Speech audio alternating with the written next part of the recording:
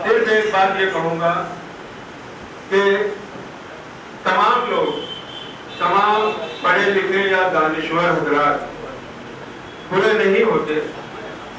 अगर आप शराब कबाब को बुरा मानते हैं तो उनका जाती मामला है, ये शुरफा के यहाँ भी पाया जाता है। अगर आप उनकी नजरियात के खिलाफ करते हैं तो फिर आपका छोटापन है। नजरियात के खिलाफ दलील के साथ होना चाहिए, ये दलील के खिलाफ कोई मानी नहीं रखता।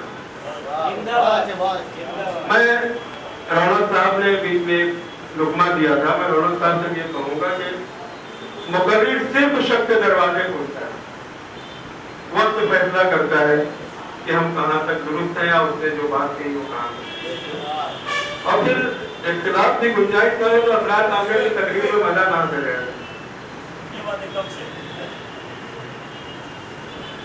असरार भाई अपनी बेबाकी और दिलराना गुफ्तगू के लिए शहर भर में न सिर्फ मशहूर है बल्कि रुसवा भी है।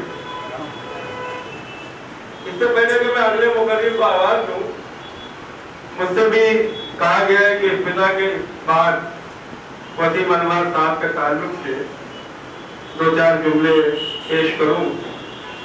यह न सिर्फ शरीफ साहब की गुजारिश है बल्कि असरार कामरेड साहब का भी हुक्म है और फिर पानी में रहना है।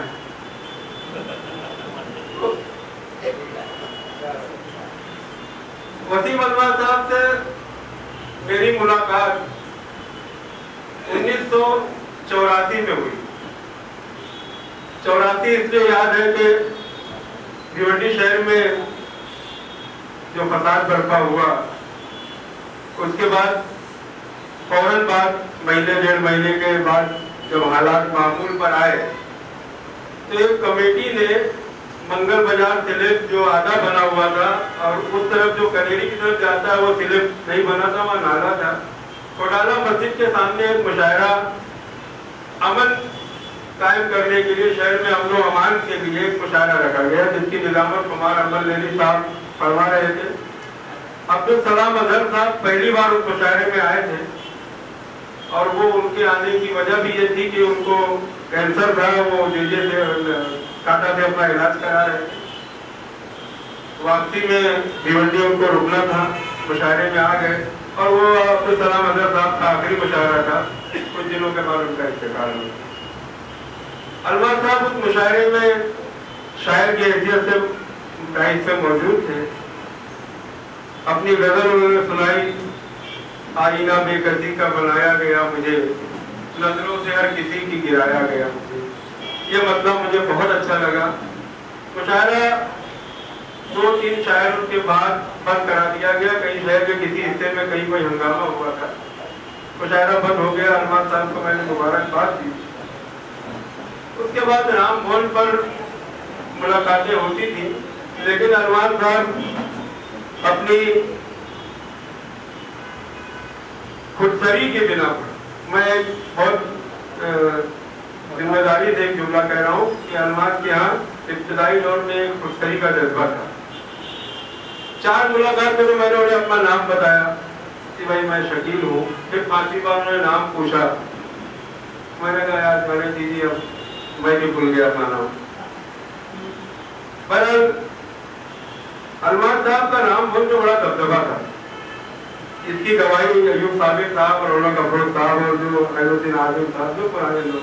दबदबा इसलिए कि अनवर साहब कुछ कोकनी लड़के थे जो राम भवन पर थोड़ी सी उनकी डेयरिंग थी, उनको उनके दोस्तों में थे। बड़े बेबाकाना अंदाज में बात करते थे और बहुत किसी से दबते नहीं। लेकिन शायरी उनकी मुझे बहुत अच्छी लगी, क्योंकि मैं शायर नहीं था, शेर थोड़ा बहुत समझ लेता था। फिर एक बार मैं उनसे बिस्मिल्लाह होटल में मिला। और उनसे बताया कि भाई मैंने आपको वहाँ सुना वहाँ सुना। उन्होंने बताया कि आज भी एक नशे से इस्लामपुरा अड्डी मरकज में आप आइए। वहाँ भी मैं गया, सुना। फिर अलमार साहब से बाकायदा मुलाकात हो गई। जब मैंने शायरी शुरू की 1988 में, तो अलमार साहब चाहते थे कि मैं कैसूर जाफरी साहब के लग जाऊँ और उनकी शागिर्दी कबूल करूँ। मैंने कहा यार पहले मैं चाहता हूँ कि मैं किसी ऐसे को उस्ताद बनाऊँ जिसके जो मुझे आसानी से दस्तियाब हों और मैं उनसे बेतकल्लुफ़ होकर बात करूँ। कैसर साहब मुगरा रहते हैं, मुगरा उस वक्त आना जाना बड़ा मसला है। पर मैं शबत साहब के यहाँ गया, फिर इब्तिदाई जो मामला थे वो सीखता रहा। इसके बाद मुझे किसी के पास जाने की जरूरत नहीं पड़ी। लेकिन अलमास मेरे बहुत करीब दोस्तों में आ गए, बहुत करीब दोस्तों में, यहाँ तक कि हम लोग एक दूसरे के फैमिली मामला में भी डिस्कस करने लगे। घर भी आगे जाते हैं तो उनके सारे बच्चे मुझको जानते हैं, सब चाचा अंकल बड़े अच्छे ढंग से बात करते हैं। अलमास चूंकि 1964 में गोपालगंज में पैदा हुआ, लेकिन भिवंडी कब आया वो तो मैं नहीं जानता। ये खलीफुद्दौला साहब और रौनक अफरोज साहब की किताब से पता चला। लेकिन उसके बाद अलमास की तालीम बहुत मुख्तसर थी। निजामपुरा पीली स्कूल और काली स्कूल से उन्होंने तालीम हासिल की।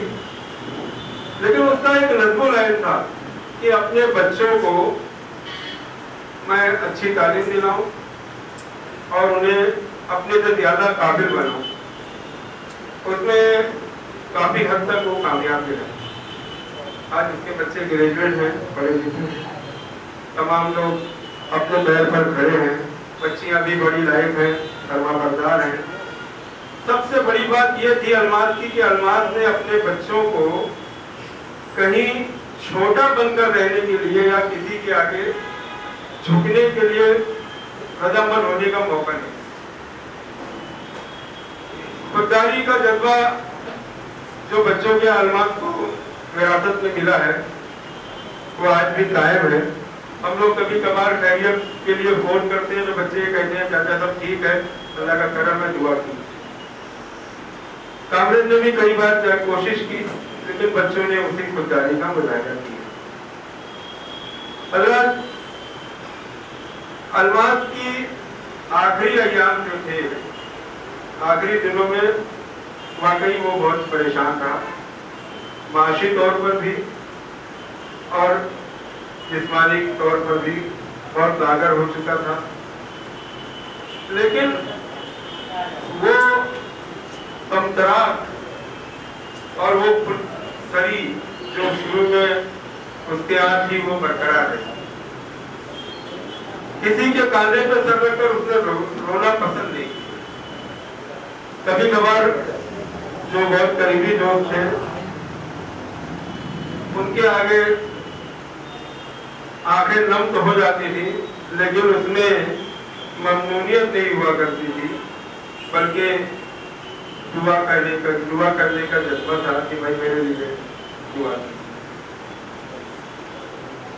फिर एक दिन कामरेड को फोन आया कि अलमास की हालत बहुत खराब है और उसका मुस्तकिल तौर पर इलाज होता रहा। उसे इंदिरा गांधी हॉस्पिटल ले गए IGM में।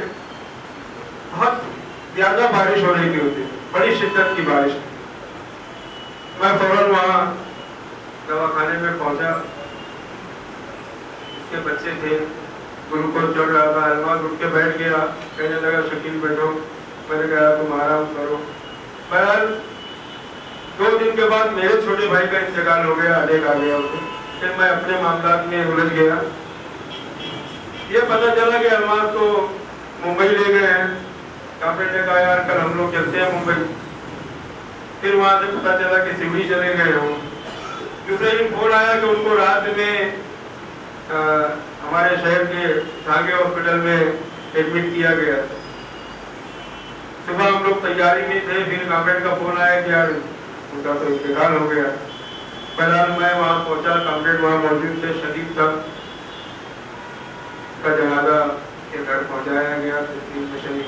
ये सारे मामला आज भी एक पिक्चर की तरह मेरी नजरों के सामने चल रहे हैं कि इतना 1988 से 2017 तक तकरीबन मैं समझता हूँ कि 30 साल का अर्सा वसीम अलवाक के साथ था। 30 साल में हमारी एक नस्ल जवान हो जाती है, यानी हम लोगों ने एक जमाना साथ गुजारा है। और वो ऐसा नहीं था कि महीने 2 महीने में मुलाकात होती, कभी कभी एक दिन में 2 मुलाकातें हो जाए, कभी कभी हफ्ता आधे में मुलाकात होती। बहरहाल मैं अल्लाह ताला से दुआ करता हूँ कि उनकी मग़फ़िरत फरमाए और मुतल्लिक़ीन को सज़ा जमील अता करे। यहाँ एक बात बहुत अच्छी सामने आई कि उनके मजमूए का नाम की अशात की जिम्मेदारी शरीफ साहब की अंजुमन ने ली है। कामरेड उसके साथ हैं, हम लोग के साथ में हैं, जो इस लायक है हमारे दीदिया दोस्त के लिए उसके मजमूए की अशात के लिए जो भी फल पड़ेगा हम लोग तमाम लोग आपके साथ हैं।